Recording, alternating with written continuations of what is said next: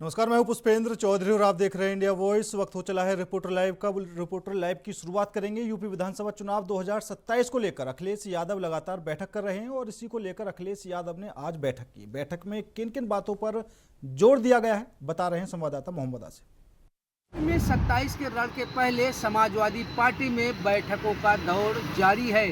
सपा प्रमुख अखिलेश यादव समाजवादी पार्टी की कई विंग की बैठक ले चुके हैं और लगातार चुनावी टिप्स दे रहे हैं। आज सपा प्रमुख अखिलेश यादव ने छात्र सभा की बैठक किया और छात्र सभा के नेताओं और कार्यकर्ताओं को 27 के रण की तैयारी में जुट जाने का निर्देश दिया। इसके बाद प्रेस कॉन्फ्रेंस में सपा प्रमुख अखिलेश यादव ने बीजेपी पर ताबड़तोड़ हमले किए। कहा कि बीजेपी सरकार अनुपयोगी सरकार है, इसमें बेरोजगार लगातार परेशान हो रहे हैं, अस्पतालों में दवाएं नहीं हैं। सपा प्रमुख अखिलेश यादव ने यह भी कहा कि आने वाला चुनाव योगी बनाम प्रतियोगी होगा।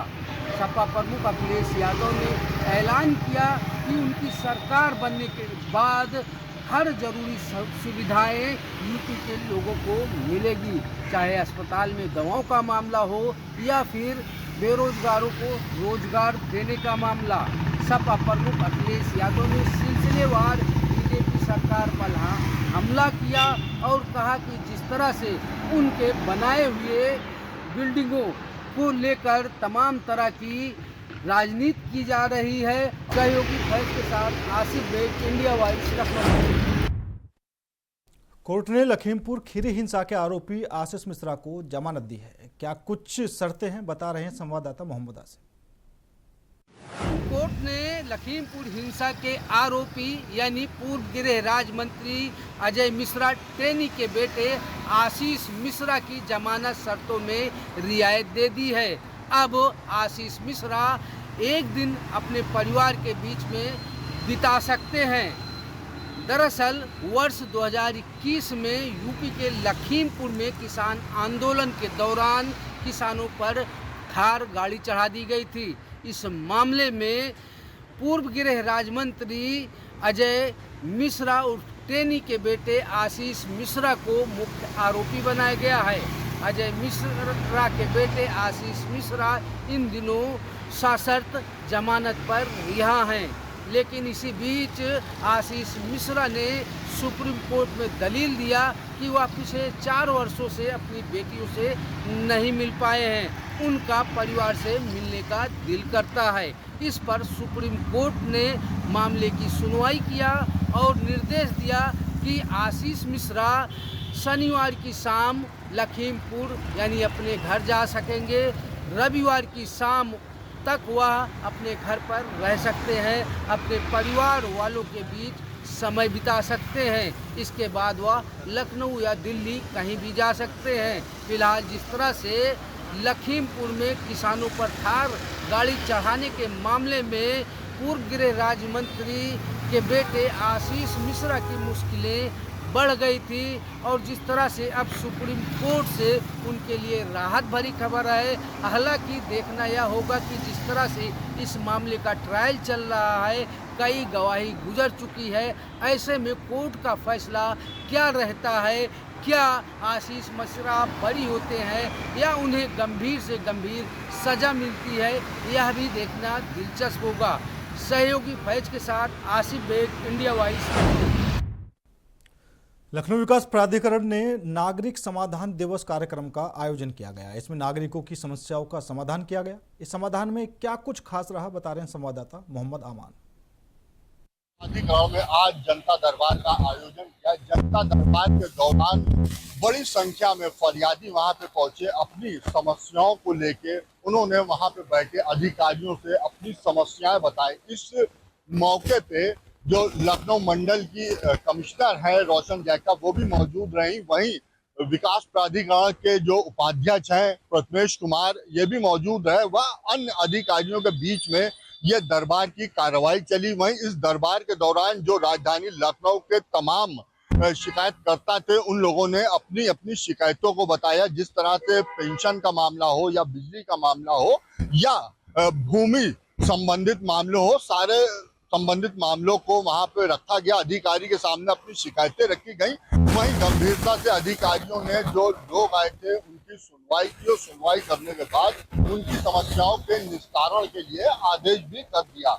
वहीं आपको बता दें, इस दरबार के दौरान जो शिकायत करता था वो भी एक है जो एक बैनर पड़े हुआ था। उस बैनर के ऊपर लिखा था कि अवैध निर्माणों पर कार्रवाई की जाए और अवैध निर्माणों को ध्वस्त किया जाए। वो भी आज दरबार के दिन वो जो शिकायत करता था वो चर्चा का विषय बना रहा। उसको देख के अधिकारी और कर्मचारी सभी उसको देख के अचंभित है कि एक ऐसा शिकायत करता जो एक बड़ा सा बैनर लेके और जिसके ऊपर अवैध निर्माणों की फोटो थी और उसके ऊपर लिखा था कि इसको ध्वस्त किया जाए। लखनऊ से मोहम्मद अमान, इंडिया वॉइस। रक्षा विभाग देश में 3 थिएटर कमांड बनाएगा, जिनमें से एक कमांड राजधानी लखनऊ में बनेगी तो दूसरा कमांड जयपुर में। खबर पर ज्यादा जानकारी दे रहे हैं संवाददाता पुनीत मोहन। पाकिस्तान के बीच बढ़ते हुए तनाव को देखते हुए अब रक्षा मंत्रालय देश में 3 थिएटर कमांड बनाने जा रहा है। पहला कमांड लखनऊ में बनाया जाएगा, दूसरा जयपुर में और तीसरा तिरुवनंतपुरम में बनाया जाएगा। राजधानी लखनऊ में जो थिएटर कमांड बनेगा वो उत्तर की ओर से होने वाले हमलों पर अपनी नजर रखेगा, तो वहीं तिरुवनंतपुरम केरल में जो थिएटर कमांड बनेगा वो समुद्र में होने वाले हमलों पर अपनी नजर रखेगा और जयपुर का थिएटर कमांड पाकिस्तान की ओर अपनी विशेष नजर रखेगा। ऐसे में अगर कभी युद्ध की परिस्थिति आती है तो तीनों सेनाओं के बीच में समन्वय बनाने को लेकर के ये थिएटर कमांड बनाया जा रहा है। तीनों के बीच एक बेहतर कम्युनिकेशन होगा और प्लान ऑफ एक्शन तैयार होगा और सीधे तौर पर अटैक किया जा सकेगा या जो भी प्रॉब्लम आएगी वो सॉल्व किया जाएगा। इसमें ये बनने से सेना को एक मजबूत बल मिलेगा और तीनों सेनाओं के बीच में आपसी समन्वय होगा। वीडियो जर्नलिस्ट हमजा अहमद मंसूरी के साथ पुनीत मोहन, इंडिया वॉइस, लखनऊ। भारत द्वारा पाकिस्तान के आतंकी ठिकानों को नेस्तनाबूद करने के बाद पूरे देश में जश्न का माहौल है। इसी को लेकर प्रयागराज में खुशी का इजहार किस तरह से किया गया, बता रहे हैं संवाददाता शोएब रिजवी। आतंकवादी घटना के बाद से भारतीयों का जो गुस्सा है वो पाकिस्तान के खिलाफ चरम पर है। लगातार उसके खिलाफ एक तरह से विरोध किया जा रहा है। पिछले दिनों जिस तरह से एयर स्ट्राइक करके भारत ने बदला लिया उससे भारतीय खुश भी हैं, लेकिन इस बीच पाकिस्तान के खिलाफ अपना विरोध लगातार जता रहे हैं। आज एक वीडियो संगम नगरी प्रयागराज में वायरल हुआ जिसमें बाकायदा पाकिस्तानी फ्लैग को ज़मीन पर रख करके उस पर गाड़ियाँ दौड़ाई गई, उसे कुचला गया। इस वीडियो में साफ दिख रहा है कि किस तरह से जो कुछ युवक हैं वो अपना आक्रोश जता रहे हैं। बाकायदा फ्लैग को ज़मीन पर सड़क पर रखा गया, उसके बाद उस पर गाड़ियाँ दौड़ाई गई, उसे कुचला गया, पैर से कुचला गया और उस कहीं ना कहीं पाकिस्तान के खिलाफ अपनी नाराज़गी जाहिर की गई। इस तरह से कह सकते हैं कि आतंकवाद की जो घटना पाकिस्तान के ऊपर जिस तरह से इल्ज़ाम है, जिस तरह से उसने की है, उससे भारतीय बहुत नाराज़ हैं। खबर रायबरेली से है, जहां पशु तस्करी करने जा रहे वाहन को स्थानीय लोगों ने पकड़ लिया। खबर पर ज्यादा जानकारी दे रहे हैं संवाददाता राजू।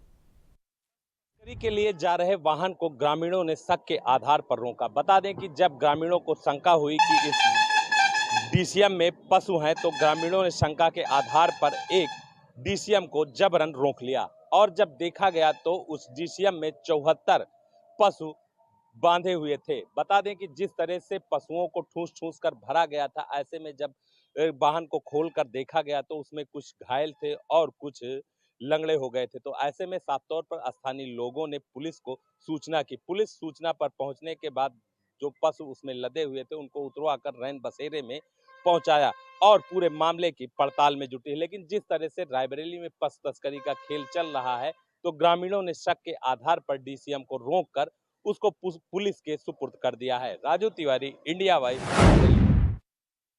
खबर रायबरेली से है, जहां इलेक्ट्रॉनिक की दुकान में भीषण आग लग गई। खबर पर ज्यादा जानकारी दे रहे हैं संवाददाता राजू।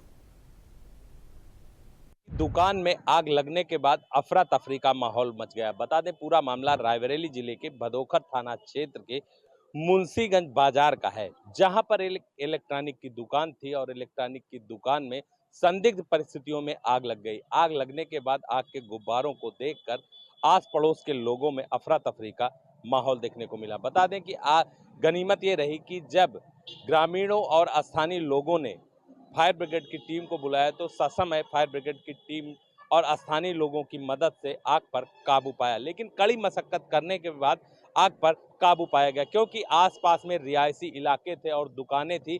अगर कहीं आग आगे बढ़ जाती तो बड़ी घटना हो सकती थी, लेकिन जब फायर ब्रिगेड की टीम पहुंची और स्थानीय लोगों की मदद से कड़ी मशक्कत की गई और आग पर काबू पा लिया गया। Raju Tiwari, India voice.